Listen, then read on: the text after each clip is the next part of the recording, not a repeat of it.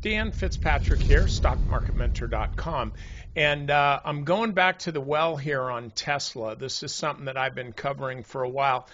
Truth be told, we already closed out our position on Tesla at an active trade. It was a really, really good trade, but I've been continuing to cover this for this reason. I think the stock's going higher. On members, I go into a lot more detail on this in this weekend's weekend update. But I want to just mention this. This is something that I actually learned from John Bollinger about 20 years ago, when he said, when you see stock patterns and they fulfill, they do what they're supposed to do, he goes, that's all well and good. That's great, because everybody sees them. And so it's really, a wonderful thing. And he said, but when you see a stock pattern that doesn't work out the way it quote, should, when it does something different, when a stock doesn't conform to the pattern, in other words, it's a broken pattern, he said that's really good information because it tells you that the stock is a rule breaker. It tells you that the pattern was broken.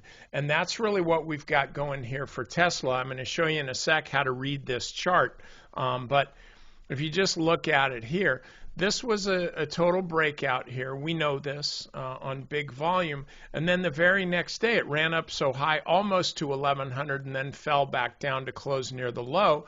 You say, all right, that's the end of the story here. It's been a nice run, but now we got to fall down, pull back to earth a little bit, and then it doesn't do that. The next day, it's kind of an inside here.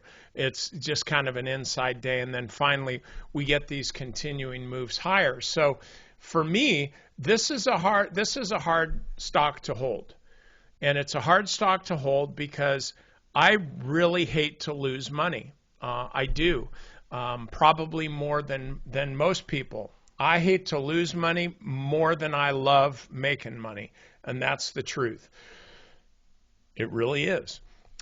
So I'll tend to be a little bit of a weak hand on stuff like this, but I just swapped that to some options, and now I'm a happy camper.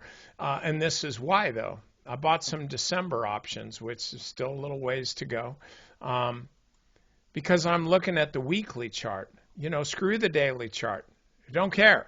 It's just going to show a lot of volatility because this is such a high profile stock and it's got a lot of stuff going on. But generally speaking, it's all on the buy side. And so as I'm looking at this stock, if you just look, I'll just take some of this stuff out. I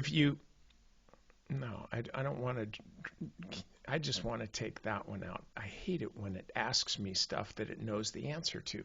Anyway, so if you look at this, I'd mentioned 900 was a good level, and then now I'm looking at 1250 as kind of a lead pipe cinch. I mean, if you look at this chart, does anybody really think it's not going to hit 1250?